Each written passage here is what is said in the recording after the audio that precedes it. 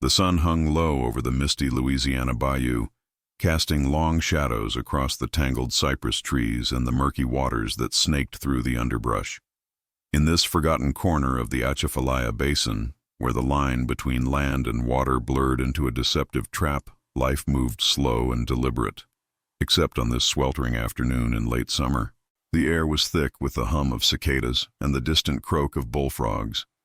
But beneath it all, a deeper rumble echoed, the desperate trumpets of an elephant in distress. Deep in the swamp, where the ground gave way to sucking mud and hidden sinkholes, a massive female elephant named Tara fought for her life. Tara wasn't native to these parts. She had been rescued years ago from a failing circus operation up north and relocated to the Bayou Wildlife Sanctuary, a sprawling preserve run by a nonprofit dedicated to rehabilitating exotic animals. The sanctuary's fences weren't foolproof, though. Storms and floods had a way of breaching them, and Tara, with her wandering spirit, had slipped out during a recent downpour, drawn by the scent of wild greens beyond the boundary. Now, at over 8,000 pounds and twice the size of a pickup truck, she was mired in a peat bog that had swallowed her legs up to the knees. Her gray hide, cracked and caked with mud, glistened with sweat as she strained against the unyielding grip of the earth. Each heave sent ripples through the brackish water, but the more she struggled, the deeper she sank. Beside her, a smaller figure paced frantically. Tara's calf, Lila, barely 2 years old and half her mother's size. Lila's trunk curled and uncurled in agitation, brushing against Tara's flank as if willing her to rise. The baby elephant's wide eyes, framed by long lashes, darted between her mother's exhausted form and the dense wall of reeds that bordered the swamp. Tara let out a low, rumbling call, a sound laced with pain and exhaustion that vibrated through the humid air. Lila trumpeted in response, a high-pitched plea that cut through the stillness like a siren's wail. She nudged Tara's side again, pushing with her small head, but it was futile. The mud was relentless, a living trap forged from decades of decaying vegetation and relentless rain. As the afternoon wore on, Lila's instincts kicked in. She had been born in captivity, but elephants never forgot their deep-seated drives, the need to protect the herd, to seek aid when one fell. With Tara too weakened to follow, Lila turned away from the bog, her tiny ears flapping as she lumbered toward higher ground. The swamp was treacherous for her too. Vines snagged at her legs, and shallow pools splashed against her belly, but she pressed on, driven by a bond stronger than fear. The sanctuary's edge gave way to a narrow dirt road that wound toward the outskirts of Willow Creek, a tight-knit community of about 500 souls who made their living from fishing, logging, and the occasional tourist trap selling gumbo and alligator souvenirs. Willow Creek wasn't the kind of place where folks expected drama from the animal world.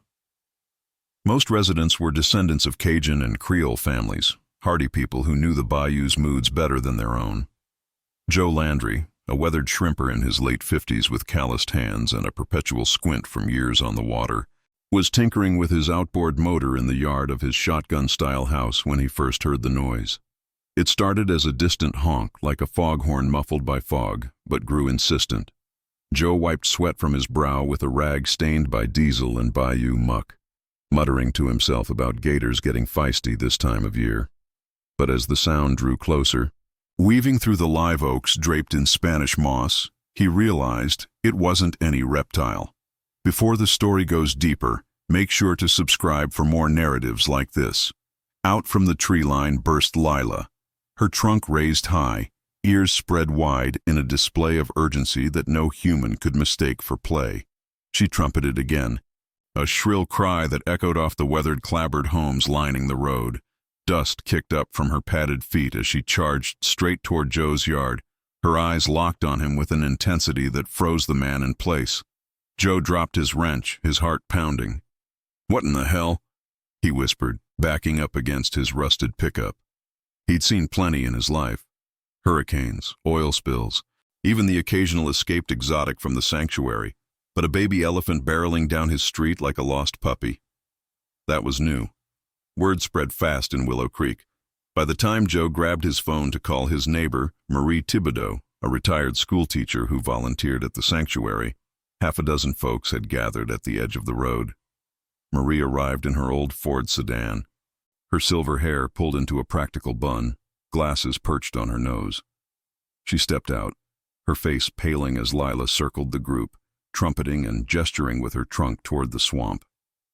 "Lord have mercy," Marie breathed, recognizing the calf immediately. "That's Lila from the preserve. Something's wrong, real wrong." The little elephant didn't stop there. She nudged Joe's leg gently, then turned as if to lead them, pausing to look back with those pleading eyes. It was uncanny, almost human, the way she bobbed her head, the soft rumbles emanating from her throat. The villagers exchanged glances. In a place where superstition lingered like humidity, this felt like a call from the wild itself. Young Tommy Bergeron, a lanky 22-year-old fresh from community college and working odd jobs, knelt down instinctively, though he kept his distance. "She's trying to tell us something," he said, his voice thick with the local drawl, "like she's begging for help."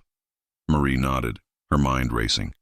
She'd helped feed Lila during visits to the sanctuary, knew the bond between mother and calf ran deep. "Tara must be out there," she said, pointing toward the darkening swamp. "Stuck, maybe hurt. We can't wait for the rangers.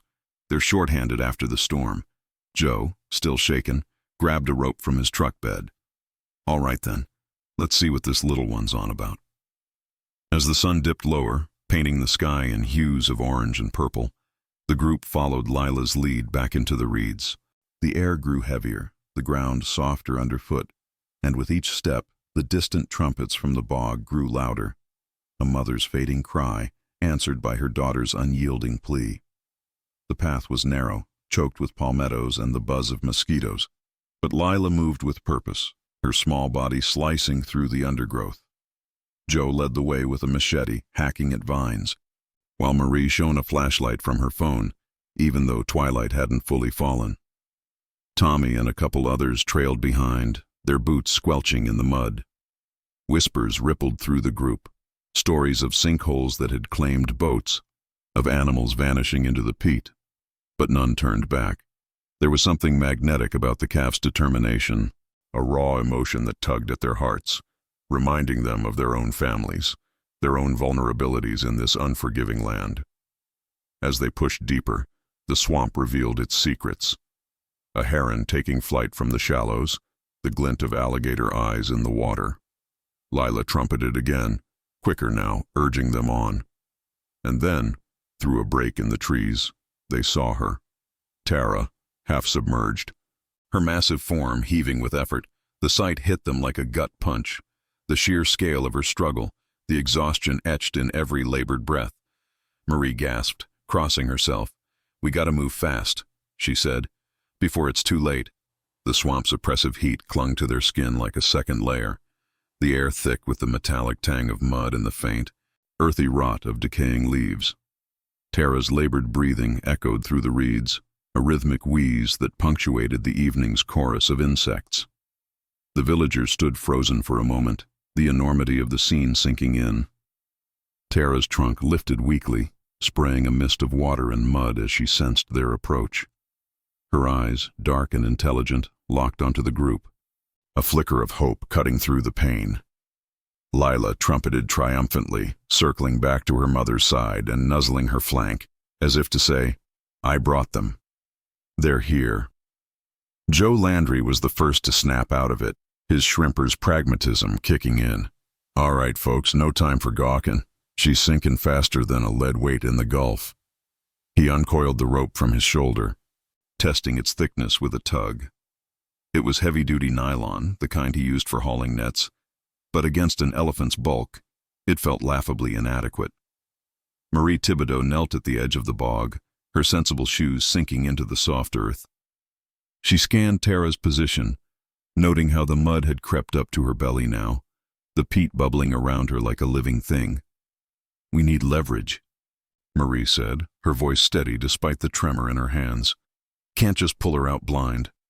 "Tommy, you got that winch idea from your truck?" Tommy Bergeron nodded, his face flushed under the brim of his faded saint's cap. He'd rigged winches for logging crews before, knew the bayou's tricks. "Yeah, but my truck's back on the road. We haul it down here, maybe use a tree for anchor." He glanced at the towering cypress nearby, its roots twisting like gnarled fingers into the water. The group murmured agreement. There were 8 of them now, neighbors drawn by the commotion. Old man Henry from the bait shop with his pipe clenched in his teeth. Sarah LeBlanc, a nurse who'd bandaged more than her share of swamp injuries, and a few others, including young Mia, Joe's niece, who'd tagged along with wide-eyed curiosity. They moved with the hurried efficiency of people who'd faced floods and fallen trees before. Joe and Tommy jogged back to fetch the truck, the engine's rumble shattering the swamp's hush as they navigated the rutted path.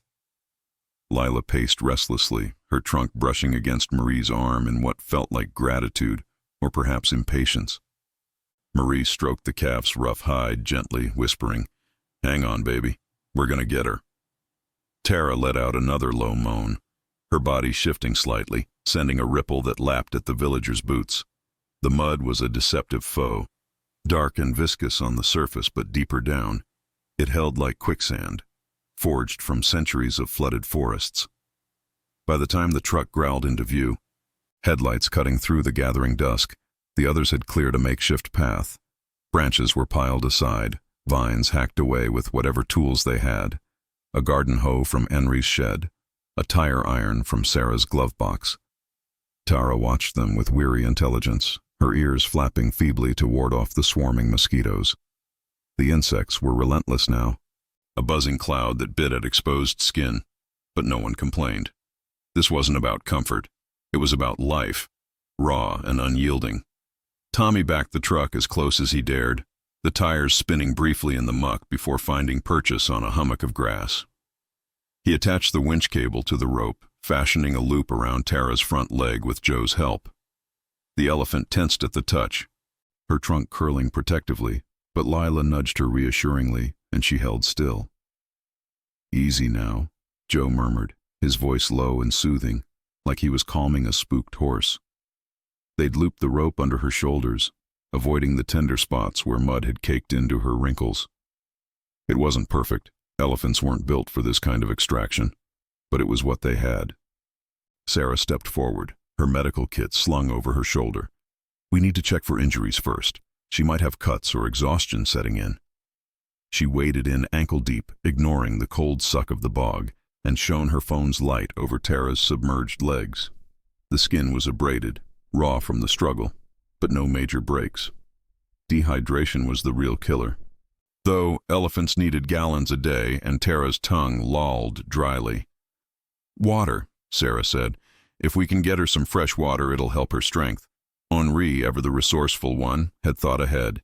He'd grabbed a couple of 5-gallon jugs from his shop on the way, rainwater collected from his roof. They poured it carefully into Tara's reach, and she drank greedily, her trunk scooping it up in rhythmic pulls. The sight was heartbreaking, such a majestic creature reduced to this vulnerability. Lila drank too, pressing close to her mother, their trunks intertwining in a moment of quiet connection that silenced the group. Mia, barely 16, wiped tears from her cheeks. "It's like watching a family fight," she whispered to no one in particular. With the rope secured, Tommy hit the winch. The motor whirred to life, cable tightening with a creak. Tara leaned into it, her massive shoulders bunching as she pushed against the mud. The villagers added their weight, pulling on secondary lines tied to nearby trees. Inch by agonizing inch, she began to shift. Mud slurped and protested, releasing her with a wet pop that sprayed the group. Cheers erupted, short, breathless ones, as her front legs broke free, but the back ones were deeper, the bog clinging like tar. "Come on, girl," Joe grunted, his arms burning from the strain. Sweat poured down his face, mixing with the mud splatters. The truck's frame groaned under the load, tires digging ruts into the earth. Tara trumpeted, a mix of effort and relief, her body rocking forward. Lila danced around the edges, trumpeting encouragement, her small form a blur of motion. But progress stalled. The peat had formed a suction around her hindquarters, and without heavy machinery, they were fighting a losing battle. Marie straightened, wiping her glasses on her shirt. "We need the sanctuary team, pros with tractors, maybe a crane." She pulled out her phone. Signal faint but holding. The call connected after 3 tries, her voice urgent as she explained. On the other end, Dr. Elena Vasquez, the sanctuary's lead vet, promised to mobilize what she could: volunteers, equipment. But the storm had damaged roads, and it would take at least an hour. "Keep her calm," Elena instructed, "and watch for signs of panic. Elephants can bolt if they're scared." As night deepened, the group's lanterns cast flickering shadows over the scene, turning the bog into a stage of desperation. They took turns at the ropes, rotating to ease the strain, sharing stories to keep spirits up. Tales of past rescues, like the time Joe pulled a deer from a flood back in '05. But beneath the camaraderie, tension simmered. Tara's breaths grew shallower, her eyes half-lidded. Lila stayed glued to her side, trunk draped over her mother's back, a tiny guardian in a world too big for her. Then a crack echoed through the swamp. Not thunder, but the snap of a branch under strain. The winch cable jerked, and Tara lurched forward another foot. Hope surged, but so did the risk. The bog was unstable, shifting under the pressure, and one wrong move could drag them all in. Joe glanced at his neighbors, their faces etched with determination in the lantern light. This was Willow Creek through and through, folks banding together when the wild called for it, no questions asked. But as the distant rumble of an approaching truck signaled help on the way, they all knew the real fight was just beginning. Tara's survival hung in the balance, a testament to the fragile line between the bayou's beauty and its brutality. The approaching truck's headlights pierced the thickening darkness like twin beacons, bouncing over the uneven path as it fought through the underbrush. Dr. Elena Vasquez gripped the steering wheel of the sanctuary's battered Jeep, her knuckles white against the worn leather. Beside her sat Marcus Hale, a burly volunteer mechanic who'd welded together half the equipment in the back, his face set in grim focus. The radio crackled with static updates from Marie, but the signal kept dropping, leaving them to navigate by memory and the faint glow of Lila's earlier path. Elena had seen her share of escapes: zebras in the cornfields, a rogue kangaroo once, but an elephant calf leading rescuers? That was the stuff of legends, the kind that would ripple through wildlife circles for years. Back at the bog, the villagers held their positions, muscles screaming from the intermittent pulls on the ropes. Joe Landry leaned against a cypress trunk, catching his breath while keeping one eye on Tara. The elephant's flanks heaved with each exhale, her trunk dangling limp now, too exhausted to reach for the water jugs anymore.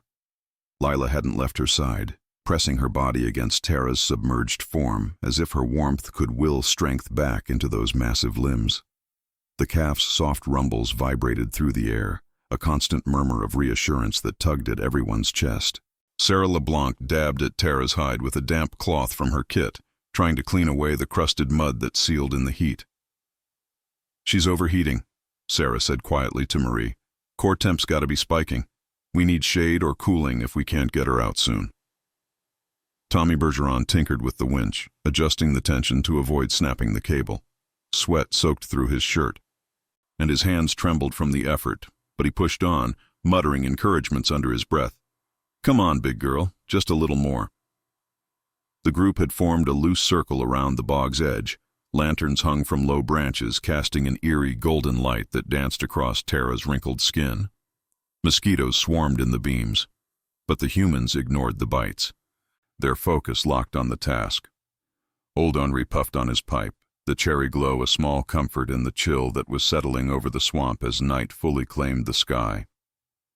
"Reminds me of '82, he rasped to no one in particular. "That big old gator we hauled from the canal. Fought like hell, just like her." The Jeep's engine cut off abruptly about 50 yards out, doors slamming as Elena and Marcus scrambled down the path with gear in tow. Elena, a compact woman in her 40s with a ponytail streaked gray from stress, carried a veterinary kit bulging with syringes and monitors. Her boots splashed through puddles, her mind racing through protocols, sedatives if needed, but only as a last resort. Elephants remembered trauma, and Tara was already on edge. Marcus hauled a portable hoist and chains, his broad shoulders straining under the weight. "Where's the calf?" Elena called out as they broke through the reeds, her voice cutting sharp over the bog's gurgles. Marie pointed, relief flooding her features. "Right there with her mom. Lila's the one who brought us." Elena's eyes widened as she took in the scene. The ropes, the truck, the huddle of locals looking like extras from a Bayou survival flick.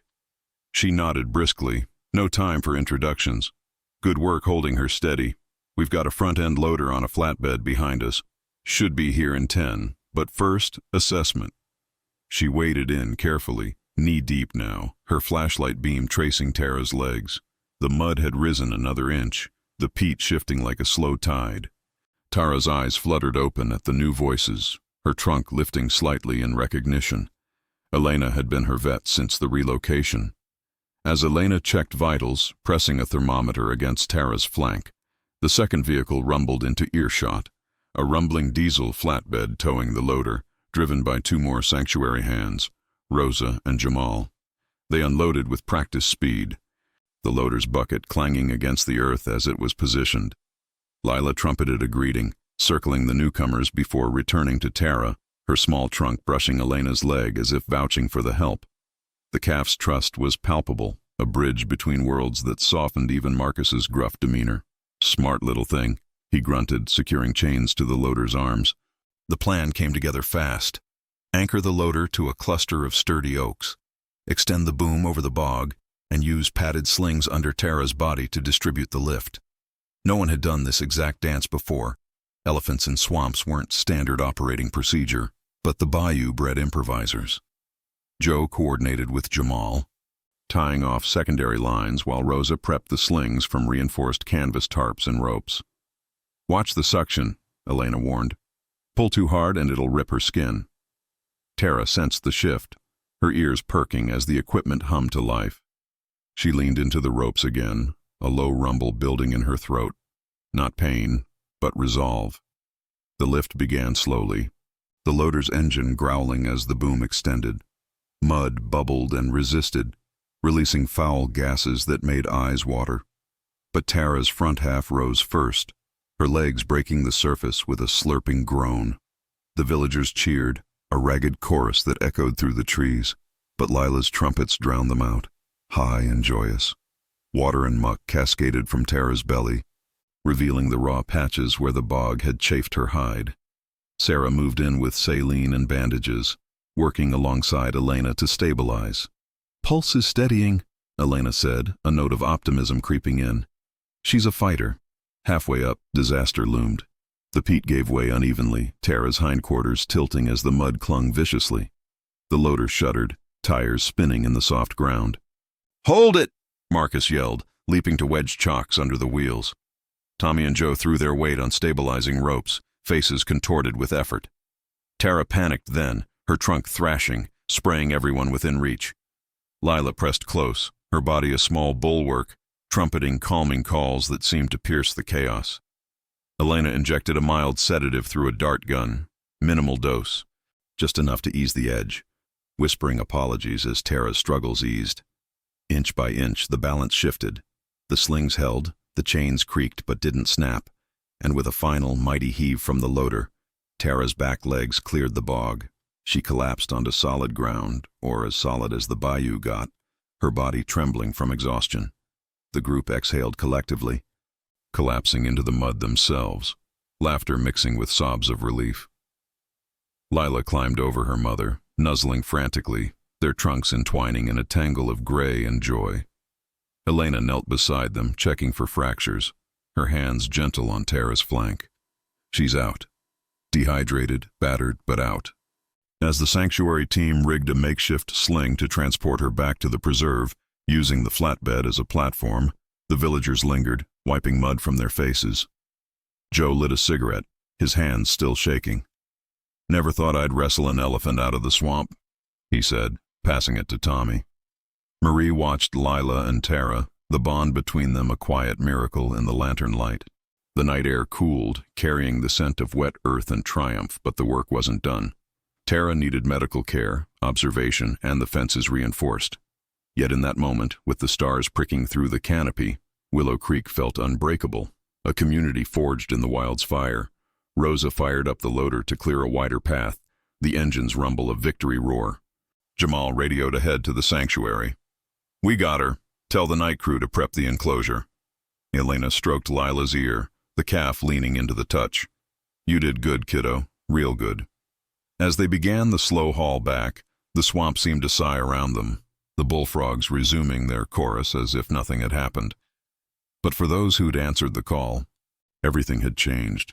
A reminder that in the heart of Louisiana's wild, help came not just from machines or experts, but from the unexpected plea of a desperate soul. Tara lumbered forward on shaky legs, guided by gentle tugs, Lila at her side every step. The road to recovery stretched long, but for now the bog's grip was broken. The first light of dawn filtered through the Spanish moss, painting the sanctuary's enclosures in soft grays and golds. Tara's massive form lay sprawled in the oversized pen, her sides rising and falling in the steady rhythm of deep sleep induced by a careful cocktail of sedatives and pain relief. The air here was cleaner than the swamps, laced with the scent of fresh hay and eucalyptus leaves scattered to ease her breathing. Dr. Wu. Elena Vasquez hadn't left her side all night, perched on a stool with a tablet in hand, monitoring vitals every half hour. The elephant's temperature had stabilized, but the raw scrapes on her legs wept a clear fluid, and her trunk hung limp, too weary to probe the world around her. Lila, though, was a whirlwind of energy. The calf paced the enclosure's perimeter, her small trunk curling toward the chain-link fence as if expecting more visitors. She'd refused to settle, trumpeting softly whenever Tara stirred, her wide eyes scanning the horizon. Sanctuary staff had tried to separate them for treatment, but Lila's insistent nudges and plaintive calls made it clear she wasn't going anywhere. Elena had relented, allowing the bond to aid in Tara's recovery. Family's the best medicine sometimes, she'd murmured to Rosa, who was hosing down the adjacent pens. Word of the rescue had spread like wildfire through Willow Creek by morning. Joe's pickup was the first to rumble up the sanctuary's gravel drive, followed by Marie's sedan and Tommy's beat-up Chevy.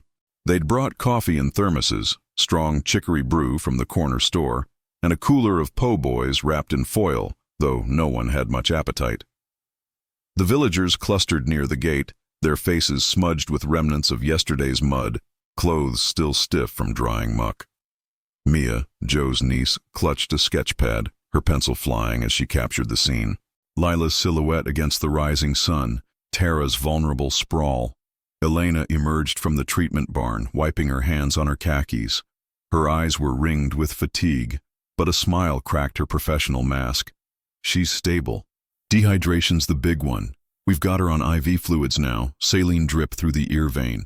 No fractures, thank God, but the abrasions need antibiotics. It'll be a week before she's walking steady. The group exhaled, a collective release that hung in the humid air. Joe tipped his cap, his squint softening. What about the little one? She held up all right. Lila's a trooper, Elena said, glancing back at the pen.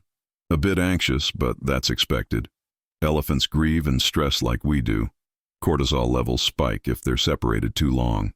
She paused, her gaze sweeping the faces before her. These weren't trained handlers. They were fishermen and teachers, yet they'd pulled off a miracle in the dark. You all, I don't know how to thank you. Sanctuary's underfunded. Storms like last week's wipe us out. Without your quick thinking, we might have lost her. Marie stepped forward, her bun slightly askew from the night's chaos. Ain't about thanks, Doc. That calf came to us begging. Felt like turning our backs would have been wrong, plain and simple. She pulled a small jar from her purse, homemade fig preserves, a Cajun staple, and pressed it into Elena's hand. For the crew, something sweet after all that mess. Inside the pen, Tara stirred as the sun climbed higher. Her trunk twitched, then lifted, questing toward the sound of voices. Leela rushed to her side, nuzzling the curve of her mother's jaw, a soft rumble passing between them.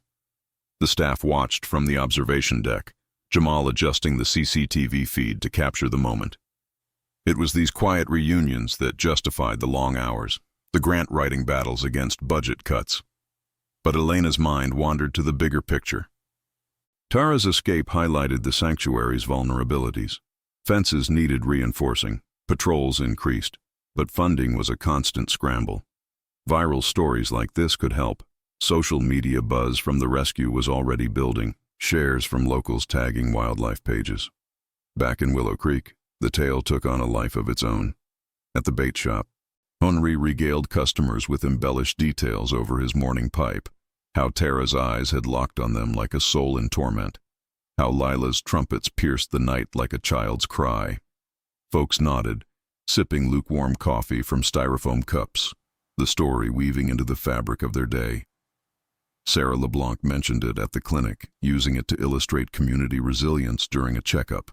"Shows what happens when we listen to the wild," she told an elderly patient, who chuckled about the old days when the bayou whispered secrets to anyone who paid attention. Tommy, though, felt the weight differently. He sat on his porch that afternoon, nursing a soda and staring at the road where Lila had first appeared. The rescue had been adrenaline-fueled, but now doubt crept in. What if the winch had failed? What if the bog had claimed one of them? His phone buzzed with a text from Mia. "Want to go back? See if they're okay?" He typed back, yes, the pull of unfinished business tugging at him. These animals weren't just exhibits. They'd become part of the town's lore, a reminder that the bayou's dangers bound them all, human, elephant, gator alike. By midday, Elena invited the core group inside for a closer look. They filed into the viewing area, boots echoing on the concrete. Tara had risen to her feet, shaky but standing, her legs bandaged in soft wraps. Lila danced around her, trunk spraying water from a trough in playful arcs. The sight hit Joe like a wave, relief mixed with awe at the sheer power in that gentle sway. "Look at 'em," he whispered to Marie, like nothing happened. But something had. Elena explained the road ahead. Physical therapy in the form of guided walks, psychological support through enrichment toys to rebuild trust. Tara's wandering spirit might need channeling, perhaps a larger roaming area within secure bounds. "And Lila," she added, "she's imprinted on you all now. Elephants have long memories. She'll recognize your scents for years." As the villagers watched, Tara turned toward the fence, her trunk extending through the links toward Joe's outstretched hand. He froze, then let her touch his palm, the rough tip warm and exploratory. It was a simple gesture, but it sealed the bond, a silent thank you that needed no words. Outside, the cicadas droned on, the bayou reclaiming its rhythm. Yet in Willow Creek, the story of the begging calf and her drowning mother lingered, a thread of connection in a world that often felt too divided. Recovery wasn't just for Tara. It was for all of them, mending the invisible fences between wild and tame. The afternoon sun beat down relentlessly, turning the sanctuary grounds into a steam bath. Elena led the group to a shaded pavilion for a debrief, maps spread out on a picnic table scarred by years of use. "The breach point was here," she pointed, tracing a flooded section on the diagram. "Storm surge weakened the posts. We'll need volunteers for repairs. Anyone game?" Hands shot up without hesitation. Joe's for the heavy lifting, Tommy's for the wiring, Marie's for organizing supplies. It felt natural, an extension of the night's efforts, turning crisis into community. Lila trumpeted from the pen, drawing their eyes back. The calf was piling branches against the fence, a game that made Tara rumble in amusement. In that sound, the villagers heard echoes of their own lives, the unyielding pull of family, the fight against odds stacked by nature's whims. As they planned the fixes, laughter bubbled up, stories overlapping in the easy cadence of shared triumph. The bayou had tested them, but in answering Lila's plea, they'd found something stronger, a herd of their own. Weeks turned into a humid blur at the Bayou Wildlife Sanctuary, the late summer rains giving way to the first crisp edges of fall. Tara's recovery progressed in fits and starts, her massive frame a testament to resilience amid the sanctuary's routine of feedings, baths, and gentle prods from Elena's team. The elephant's legs, once raw and inflamed, now bore faint scars like badges from the bog's embrace. She moved with a cautious gait during supervised walks along the reinforced paths, her trunk swinging low to test the ground before each step. Lila shadowed her every move, the calf's playful energy a counterpoint to her mother's deliberate pace, their bond a quiet anchor in the daily grind. In Willow Creek, the rescue had woven itself into the town's tapestry. stories evolving over porch conversations and Friday night crawfish boils. Joe Landry found himself fielding questions at the dock, where shrimp boats bobbed like lazy sentinels. "Yeah, she touched my hand," he'd say, demonstrating with a calloused palm, his voice gravelly from cigarettes and salt air. "Felt like she knew I was there in the dark." The tale drew tourists, folks from Baton Rouge or even New Orleans, snapping photos at the sanctuary gate and buying Elephant Hero tees from a pop-up stand Marie had organized. Funds trickled in, enough to buy new fencing wire and a backup generator. But Elena knew it was a drop in the bucket against the preserve's endless needs. Tommy Bergeron, however, carried the weight heavier than most. The adrenaline of the pull had faded, leaving a restlessness that gnawed at him during his shifts at the lumberyard. He'd replay the night in his mind, the winch's whine, Tara's thrash, Lila's unyielding gaze. One evening, as golden hour stretched shadows across the bayou, he drove back to the sanctuary unannounced, his truck's radio tuned low to Zydeco tunes. Elena spotted him from the observation deck, waving him over with a tired smile. "Couldn't stay away?" she asked, handing him a pair of gloves for the evening feed. "Something like that," Tommy replied, his drawl soft as he hefted a bale of hay. Lila perked up at his approach, her ears flapping in recognition as she trotted to the fence. She extended her trunk through the links, sniffing his shirt, still carrying the faint scent of bayou mud and motor oil. Tara lumbered over more slowly, her dark eyes appraising him before she too reached out, a gentle brush against his arm that sent a shiver down his spine. "They're remembering," Tommy murmured, more to himself than Elena. The vet nodded, leaning on the rail. "Elephants don't forget faces or kindness. Lila's taken a shine to you. Sees you as part of the herd now." That encounter sparked something in Tommy. He started volunteering regular-like, arriving after his shifts to help with fence patrols or enrichment activities. One afternoon, he and Rosa built a mud wallow in the pen, mimicking the swamp's texture but safe, piles of soft earth mixed with water where Tara could roll without risk. Lila dove in first, trumpeting with delight as she sprayed mud in joyful arcs, coating Tommy's jeans. Tara joined hesitantly, her body sinking into the cool relief, a low rumble of contentment vibrating through the ground. Watching her, Tommy felt a knot loosen in his chest, the same one that had tightened during those dark hours at the bog. "This is better than any logging crew," he told Rosa, wiping sweat from his brow. She laughed, her braids swinging as she tossed another bucket of water. "Bayou magic share.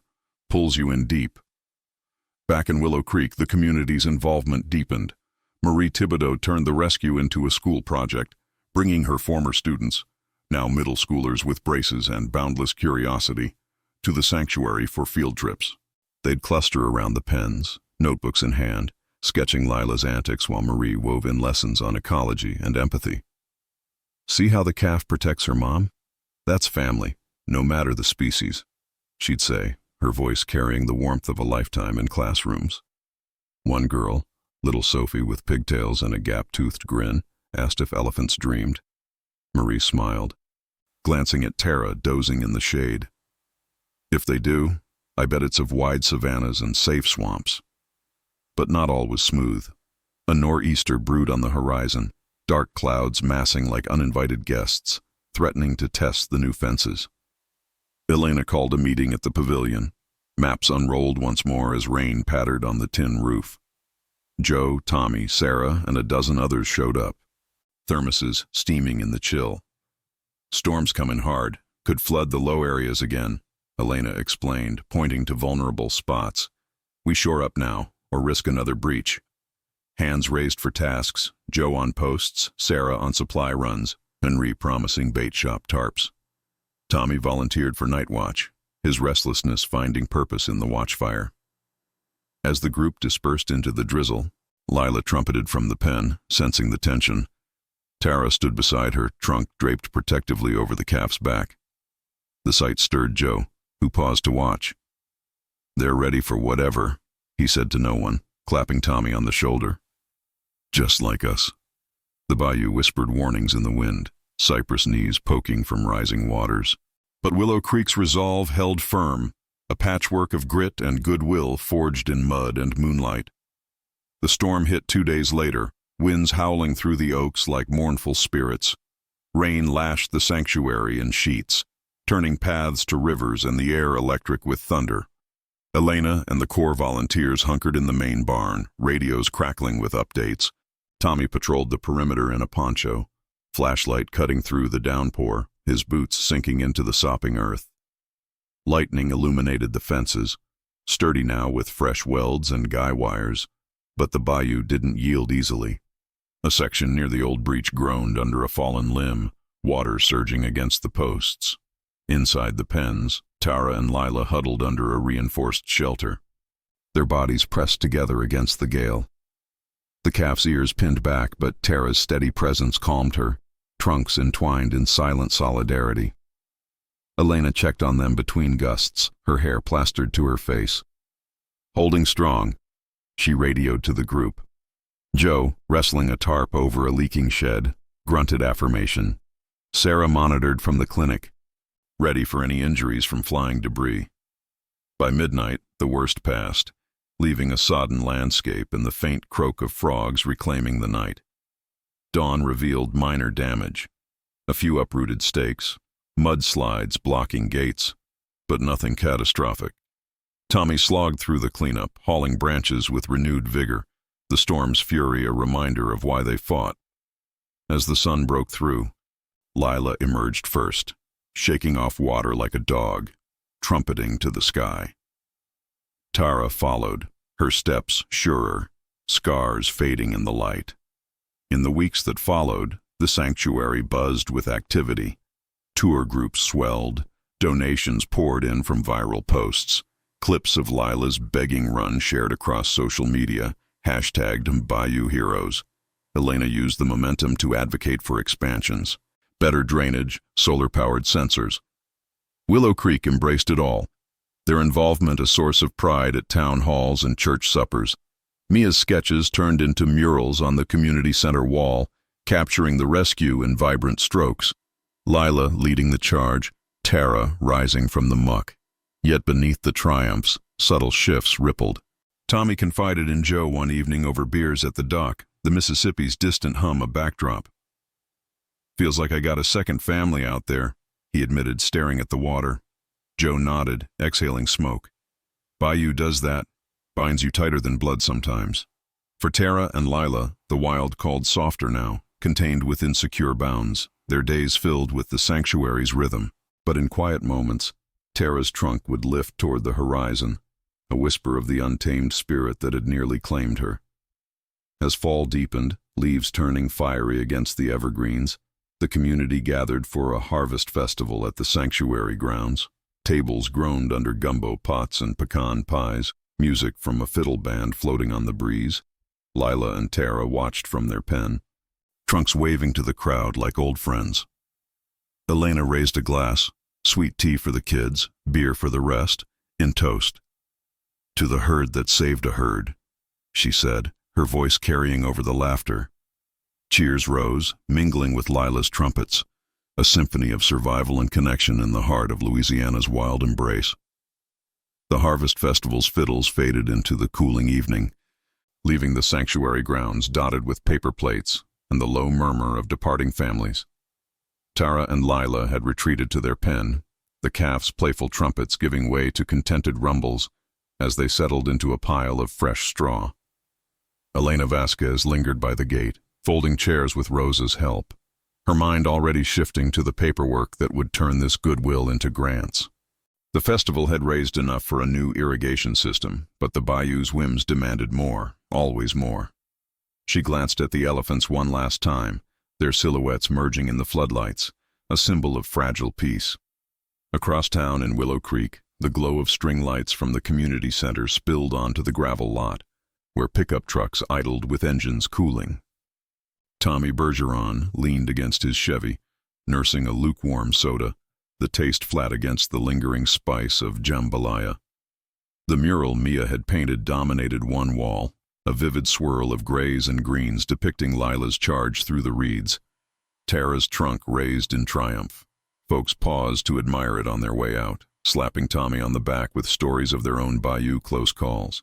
"You the hero now, boy," old Henri teased, his pipe smoke curling like fog. Tommy forced a grin, but inside, the weight pressed heavier. Volunteering had filled his days, but nights brought dreams of the bog's suck, Tara's eyes pleading in the dark. The next morning dawned crisp, the first real bite of autumn chasing away the summer haze. At the sanctuary, Elena arrived early, her jeep crunching over frost-kissed leaves. She found Tara pacing the enclosure with renewed vigor, her steps fluid as she uprooted a stump with her trunk, tossing it like a toy. Lila mirrored her, but with the clumsy enthusiasm of youth, tumbling into a leaf pile and emerging coated in debris. Elena smiled, clipboard in hand. "Looking good, ladies. Vet check in 10. She radioed Jamal to prep the scales. Tara needed weighing to adjust her meds, and noted the elephant's appetite, 2 bales of hay and a trough of branches gone by dawn. Recovery was on track, but Elena watched for signs of stress, the subtle twitch of an ear or a hesitant step that could signal deeper scars. Tommy pulled up around 9, his truck bed loaded with lumber from the yard. He'd taken a half-day, citing sanctuary business to his boss, who winked knowingly. The storm repairs had bonded him to the place, but it was Lila's greeting that hooked him, her trunk snaking through the fence, sniffing his boots with familiar curiosity. "Hey, girl," he murmured, scratching behind her ear through the links. The calf leaned in, her rough hide warm against his palm, eyes half closed in bliss. Tara approached slower, her massive head lowering to inspect him, a soft huff escaping her nostrils. No fear, just recognition, a quiet trust earned in mud and moonlight. Elena joined him at the fence, thermos in hand. "She's putting on weight, up 500 pounds this month. The wallow's helping, keeps her joints loose." They walked the perimeter together, Tommy hauling posts while Elena pointed out weak spots. The conversation flowed easy, from fence specs to the festival's haul. "Folks are talking expansion," Tommy said, driving a stake with a mallet. "Bigger pens, maybe a trail for tourists. Could bring steady cash." Elena nodded, but her expression tightened. "We need it. State's cutting wildlife funds again, priorities to oil leases. One breach like Tara's and regulators could shut us down." The words hung heavy, mirroring Tommy's own uncertainties. He'd been saving for community college, dreaming of wildlife management courses up in Baton Rouge. But the bayou pulled him back like an undertow. Helping here felt right, tangible, unlike the vague futures his friends chased in New Orleans. As they worked, Lila trumpeted from the pen, drawing their eyes. The calf was stacking logs in a wobbly tower, mimicking Tara's earlier play, only to knock it down in a crash of splinters. Laughter bubbled up, easing the morning's chill. "Smart as a whip," Tommy said. Elena agreed, but added, "Bonds like that, it's what keeps her going. Tara's protective, but Lila's the spark." By noon, Joe Landry rumbled in with his flatbed, hauling a load of gravel for the paths. Marie and Sarah trailed in her sedan, arms full of donated linens for the clinic. The group converged at the pavilion, sandwiches unwrapped on the table, turkey on rye, a nod to the season's shift.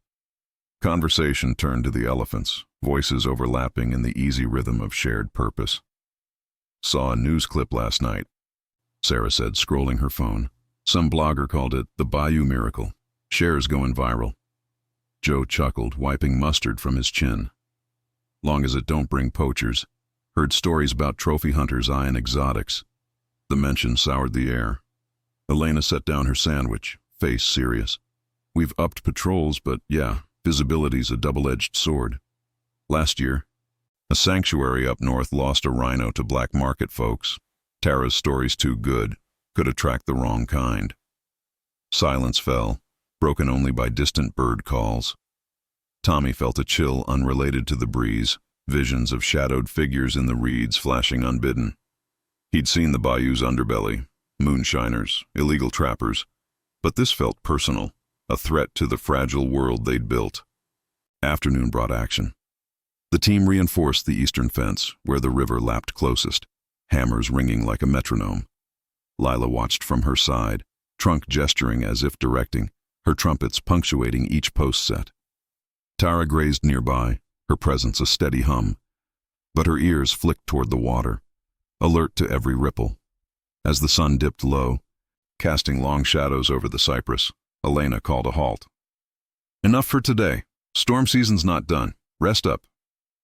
The group dispersed with nods and plans for tomorrow, but Tommy lingered, drawn to the pen. He sat on a stump, watching Lila nudge Tara toward the trough. The mother drank deeply, water cascading from her trunk in silvery streams, while the calf splashed playfully, soaking the straw. In that moment, the sanctuary felt like a bubble against the world's edges, vulnerable, but holding. Tommy's phone buzzed, a text from Mia, festival pics online. "You're famous." He pocketed it, focusing on the elephant's quiet interplay. Tara turned, her gaze meeting his across the fence, a depth there that spoke of trials endured. Lila joined her, trunks linking in a gentle sway. For the first time in weeks, Tommy's restlessness eased, replaced by a resolve as unyielding as the bayou itself. Dusk settled, fireflies winking in the underbrush. Elena locked the gates, her Jeep's taillights fading down the drive. Alone now, Tommy walked the paths one last time, the gravel crunching underfoot. The air carried the scent of damp earth and pine, a promise of change. Whatever threats loomed, storms, budgets, shadows, they'd face them as a herd. Lila's final trumpet echoed behind him, a call into the night, binding him tighter to this wild heart. The first frost nipped at the bayou's edges, turning the mornings brittle and the air sharp with the scent of wood smoke from Willow Creek's chimneys. At the sanctuary, Tara's routine had solidified into a comforting rhythm, her days marked by the crunch of hay underfoot and the splash of baths in the expanded wallow. The scars on her legs had faded to silvery lines, hidden beneath a fresh layer of dust from her supervised romps in the paddock. Lila, ever the instigator, darted around her mother like a shadow, her trumpets sharper now with the confidence of youth, testing boundaries with playful charges at the fence.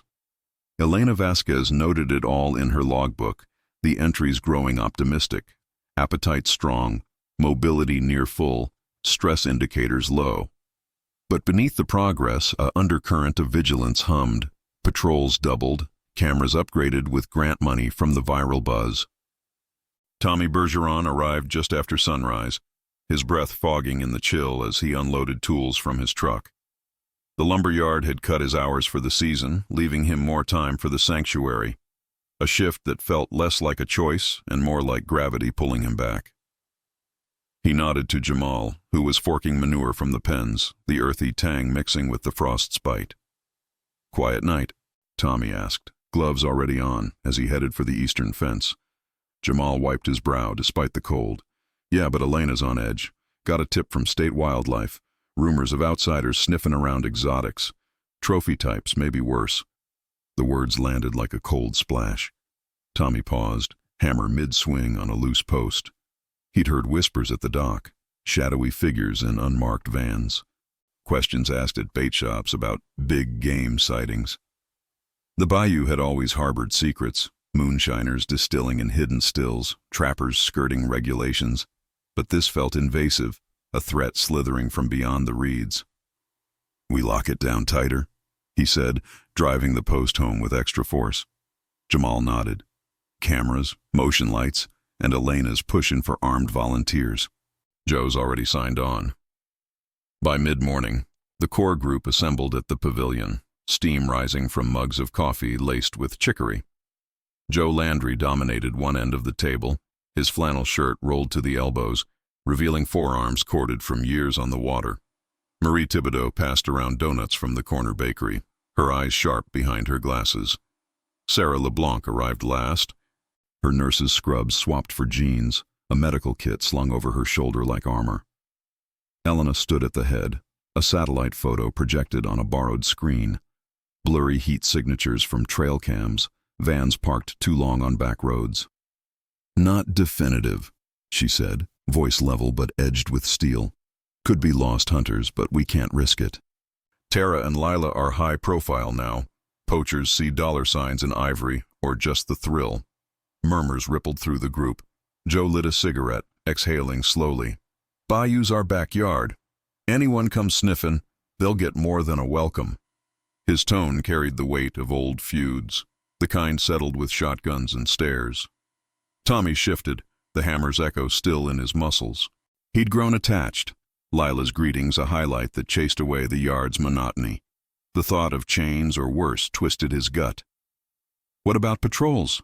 Rotate shifts, cover the weak spots, Elena agreed, sketching a grid on paper. Nights are key. Tommy, you in for the midnight run? Pair with Marcus. He's got the rifle certified. The plan took shape amid the coffee's warmth. Shifts assigned, radios tuned, a hotline to local sheriff if things escalated. Marie volunteered to rally more folks from town, turning the threat into another call to arms. Like the rescue, she said, folding the map. We stand together. They back off. Sarah added medical contingencies, tranks for the elephants if panic hit, first aid for any confrontations. As they dispersed, the sun climbed higher, burning off the frost and revealing the bayou's deceptive calm. Waters lapping at cypress roots, herons stalking the shallows. Tommy's shift started at dusk, the sky bruising purple as he met Marcus at the gate. The mechanic was a wall of a man, his truck rigged with spotlights and a shotgun racked in the cab. They drove the perimeter in silence at first, tires crunching gravel, eyes scanning the tree line. Lila's trumpet greeted them from the pen, a bright note in the fading light. Tara stood sentinel beside her, trunk swaying as if sensing the tension. They know, Marcus grunted, killing the engine at a overlook. Animals pick up on it. Lila's been extra clingy today. They walked the fence line, flashlights cutting swaths through the underbrush. The air cooled fast, carrying the bayou's nocturnal whispers, owl hoots, the rustle of possums in the palmettos. Tommy's mind raced. Flashes of the bog's desperation, now layered with this new shadow. What if poachers struck at night, exploiting the dark like the mud had? He gripped the radio tighter, scanning for glints of metal or unnatural movement. Marcus shared stories to fill the quiet. A black market bust upriver, rhinos smuggled for parts. Exotics like Tara? She's a gold mine to the wrong crowd. Ivory's banned, but demand don't care. Halfway through the loop, a snap echoed from the reeds, too deliberate for wildlife. They froze, lights sweeping. Marcus raised the shotgun, low and steady. There, he whispered, beam catching a flicker. Eyes, not animal, retreating into shadow. Human eyes, wide and startled. Hey, state property, Marcus bellowed, voice booming like thunder. Footsteps crashed away, branches snapping. Then silence swallowed the pursuit. They gave chase but found only trampled grass and a discarded cigarette butt, non-local brand. Elena would note later. Back at the truck, adrenaline buzzed in Tommy's veins. They were scouting, he said, heart pounding. Marcus nodded, holstering the weapon. Call it in. Sheriff will sweep tomorrow. They radioed Elena, her voice crackling with urgency. Good eyes. Double up tonight. Joe's coming out. As they returned to the pens, Lila pressed against the fence, trunk extended in what felt like worry. Tommy knelt, letting her touch his hand, the rough warmth grounding him. Tara loomed behind, a low rumble vibrating the ground, a warning or reassurance he couldn't tell. Word spread through Willow Creek by morning, the bait shop abuzz with grim speculation. Joe arrived at the sanctuary fuming, his pickup kicking gravel. Bastards think they can waltz in. We'll string lights, set traps, make it a fortress. The group reconvened, the satellite photo now marked with the intruder's path. Elena contacted authorities, filing reports that promised little beyond patrols. We protect our own, she said, eyes fierce. Tommy volunteered for every shift, the threat sharpening his resolve. Lila's playful nudges during breaks became lifelines, her trust a reminder of why they fought. As night fell again, the sanctuary glowed with new lights, a defiant halo against the dark. Tara and Lila settled under the shelter, trunks entwined, while the humans stood watch. A vigil born of mud, miracle, and now menace. The bayou held its breath, the wild's fragile balance teetering on the edge of intrusion. The night stretched longer as autumn deepened its hold on the bayou, the chill seeping into bones like an unwelcome guest. At the sanctuary, the new motion lights hummed to life at the first hint of dusk, casting stark pools of yellow across the fences and paths. Tara and Lila had adapted to the glow, their shadows stretching elongated in the pens as they foraged through scattered alfalfa under the watchful eyes of rotating volunteers. Elena Vasquez barely slept now, her office a makeshift command center cluttered with maps pinned to the walls and a police scanner crackling on the desk. The intruder's cigarette butt had yielded nothing, no prints, no leads. But the sheriff's deputies had increased flyovers, their helicopters chopping through the mist like mechanical herons. Tommy Bergeron pulled the midnight shift again, his truck idling at the eastern overlook where the river curled closest to the wire. Marcus had the night off, replaced by Joe Landry, whose pickup was parked nose-to-nose with Tommy's, headlights dimmed to avoid spooking the wildlife.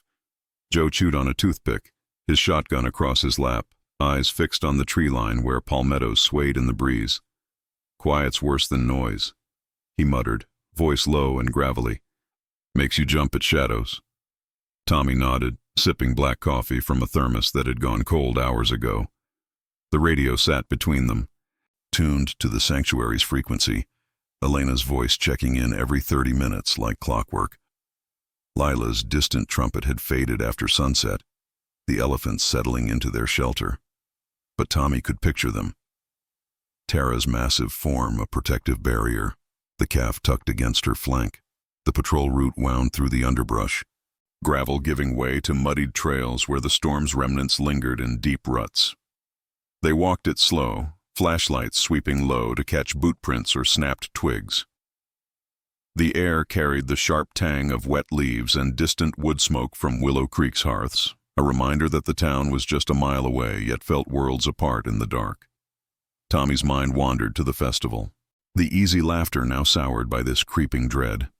He'd seen Lila that afternoon, her trunk brushing his knee during a quick feed, eyes bright with that innocent spark. The thought of her in chains, or worse, fueled a quiet anger in his chest, turning his grip on the flashlight vice-tight. Halfway along the southern fence, a glint caught Tommy's beam. Not animal eyes, but metal. He froze, signaling Joe with a raised hand. The older man shouldered his shotgun, breath steady as they crept forward.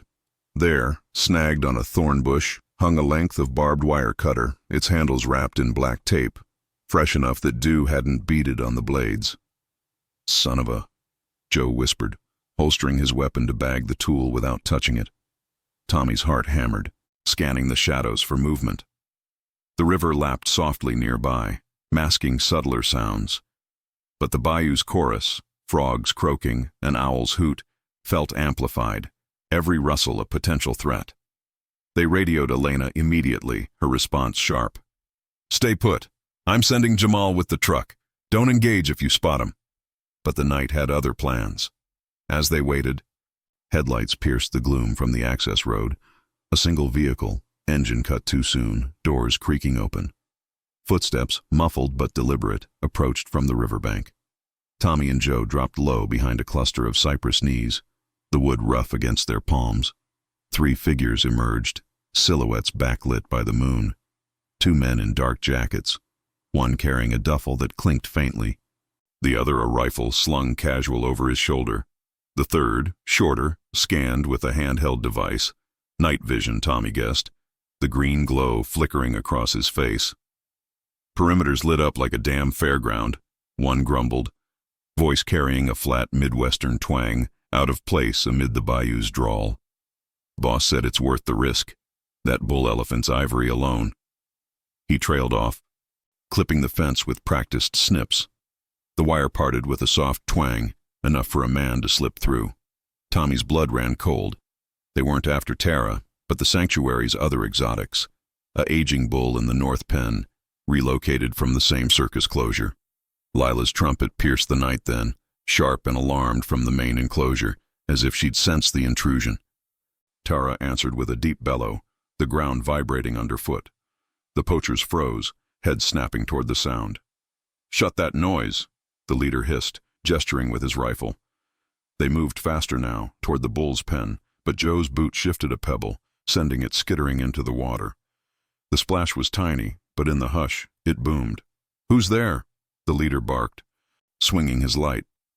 Tommy's pulse thundered as the beam swept close, illuminating Joe's tense profile. No time for subtlety. Joe rose, shotgun leveled. "Sanctuary property. Drop it and back off, or we call the shots." Chaos erupted. The poachers scattered, one firing a wild shot into the air that echoed like thunder, scattering birds from the trees. Tommy lunged for the fence, yelling into the radio, "Shots fired, eastern side, 3 armed!" Lila's trumpets turned frantic, Tara's roars shaking the air as the elephants stamped in agitation. Joe advanced, his voice a bayou growl. "You ain't taking nothing from here!" The leader bolted for the river. Duffel abandoned, but the shorter one tripped in the mud, scrambling for his knife. Tommy tackled him, the impact jarring his shoulder as they rolled into the shallows. Water soaked through his jeans, cold and sucking, but he pinned the man's arm, knee on his chest. "Stay down!" Sirens wailed in the distance, Elena's jeep roaring up the path with Jamal at the wheel, floodlights blazing. The poacher's vehicle peeled out, tires spinning gravel as it fled toward the county road. But deputies were already en route, blues flashing through the trees. Joe zip-tied the fallen intruder's wrists with rope from his pocket, hauling him up as Elena arrived, her face pale but composed. "You all right?" she demanded, helping Tommy to his feet. He nodded, spitting mud, the adrenaline crash leaving him shaky. The captured man spat curses, but his fight was gone, eyes darting to the approaching lights. Back at the pens, the elephants paced, trunks raised high in residual alarm. Lila pressed against the fence nearest Tommy, her eyes wide and searching, a soft rumble escaping her throat. He reached through the links, stroking her trunk, the familiar roughness a balm. "It's over, girl. We got him." Tara loomed behind, her presence a steadying force, the roar fading to watchful silence. Elena checked the bull's enclosure. No breach there, just heightened nerves. But the duffel yielded tools and zip ties, evidence enough for arrests. By dawn, the sheriff's team had the scene cordoned, statements taken under the rising sun. The leader and the rifleman evaded capture that night, but the van's plates traced to a poaching ring out of Texas, warrants issued by noon. Willow Creek buzzed with the news, folks gathering at the bait shop with shotguns casual in truck racks, a united front against the outsiders. Joe clapped Tommy on the back at the station, his squint proud.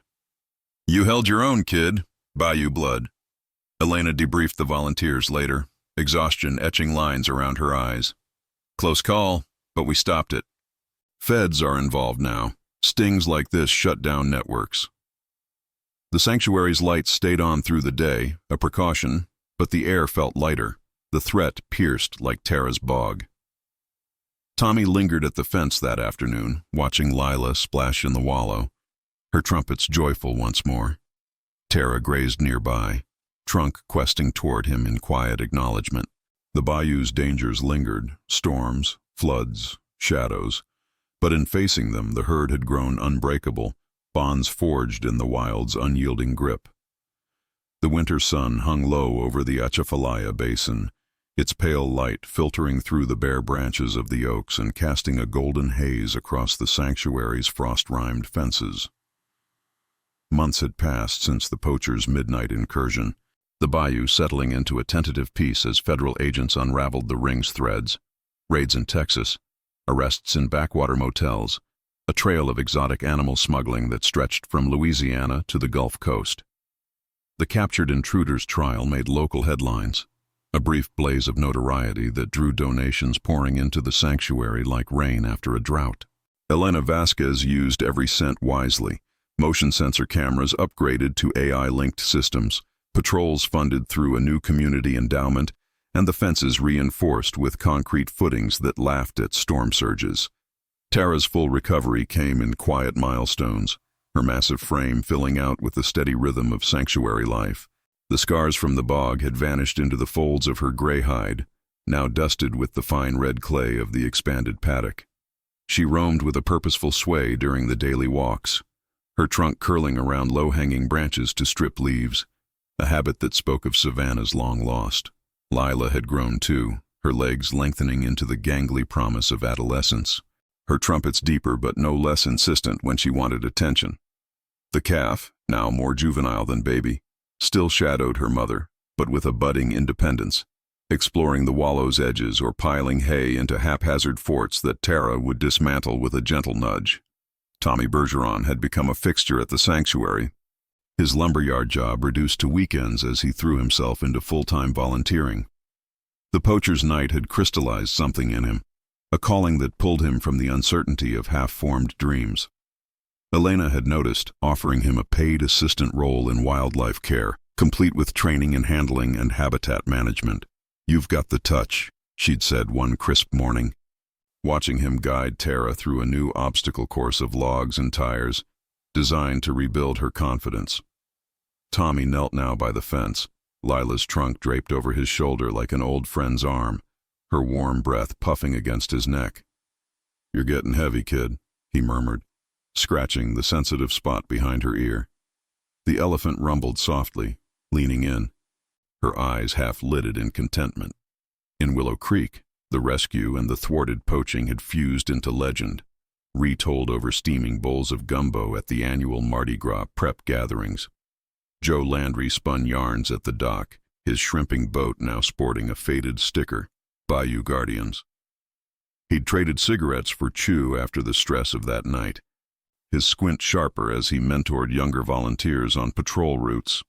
Marie Thibodeau channeled her energy into a school outreach program, buses rumbling up the sanctuary drive weekly with wide-eyed kids clutching crayons, learning about empathy through Lila's playful antics. Sarah LeBlanc integrated the story into her clinic talks, using it to illustrate resilience during support groups for folks battered by the bayou's hardships, flood victims, lost jobs, the quiet erosions of life. One overcast afternoon in early spring, the community gathered for a dedication ceremony at the newly named Lila's Trail, a winding path through the sanctuary's woods, lined with interpretive signs recounting the begging calf's plea and the villagers' response. Banners fluttered in the breeze, carrying the scent of fresh sawed pine and boiling crawfish from the potluck tables. Elena stood at a podium carved from local cypress, her voice steady over the microphone. "This trail isn't just about one night in the swamp. It's about listening to the wild, to each other, when the call comes." She gestured to Tara and Lila in the adjacent pen, the elephants grazing calmly, trunks occasionally lifting in acknowledgement of the crowd's murmurs. Joe stepped up next, his calloused hands gripping the edges of the podium. "We ain't heroes, just folks who couldn't look away." Laughter rippled through the assembly, but his eyes misted when he nodded toward Tommy, who stood at the back with Mia, her sketchpad now filled with professional commissions of the elephants. The girl had dreams of art school, inspired by the mural that had started it all. As the ribbon was cut, red and gold snapping under ceremonial shears, the group cheered, Lila's trumpet joining in like a fanfare, high and triumphant. Later, as the sun dipped toward the horizon, painting the bayou in strokes of amber and rose, Tommy walked the trail alone. The path meandered past the bog's distant edge, now marked with warning signs and stabilized by drainage ditches. He paused at a bench overlooking the water, the same spot where Tara had sunk months ago, now a serene mirror reflecting cypress silhouettes. Lila's prints dotted the soft earth nearby, her romps a daily ritual that kept the memory alive without the terror. Tommy thought of the nights he'd lain awake after the poachers, the bog's mud still caked under his nails, wondering if the wild could ever be tamed. But here, with the frogs tuning up their evening chorus and Tara's distant rumble carrying on the wind, he felt the answer: not tamed, but shared. Elena found him there, settling beside him with a sigh. They're thriving. Tara's even started interacting with the younger zebras, herd dynamics shifting. She paused, watching a heron stalk the shallows. And us? We're stronger for it. Tommy nodded, the weight of the past lifting like morning fog. Willow Creek and the sanctuary had blurred into one entity, a patchwork of resolve against the bayou's endless pull. Lila bounded into view then, trumpeting a greeting from the trail's end, Tara ambling behind with unhurried grace. The mother and daughter paused at the fence, trunks extending toward Tommy in unison, a gesture of enduring trust. As the stars pricked the twilight sky, the community lights twinkled in the distance. A constellation of lives intertwined. The swamp's dangers lingered, storms brewing, shadows in the reeds, but the bond forged that sweltering afternoon had held, a lifeline across species and seasons. Tara turned toward the horizon, her silhouette majestic against the fading light, Lila at her side, ready for whatever the wild whispered next. Leave a comment sharing what you thought about this story.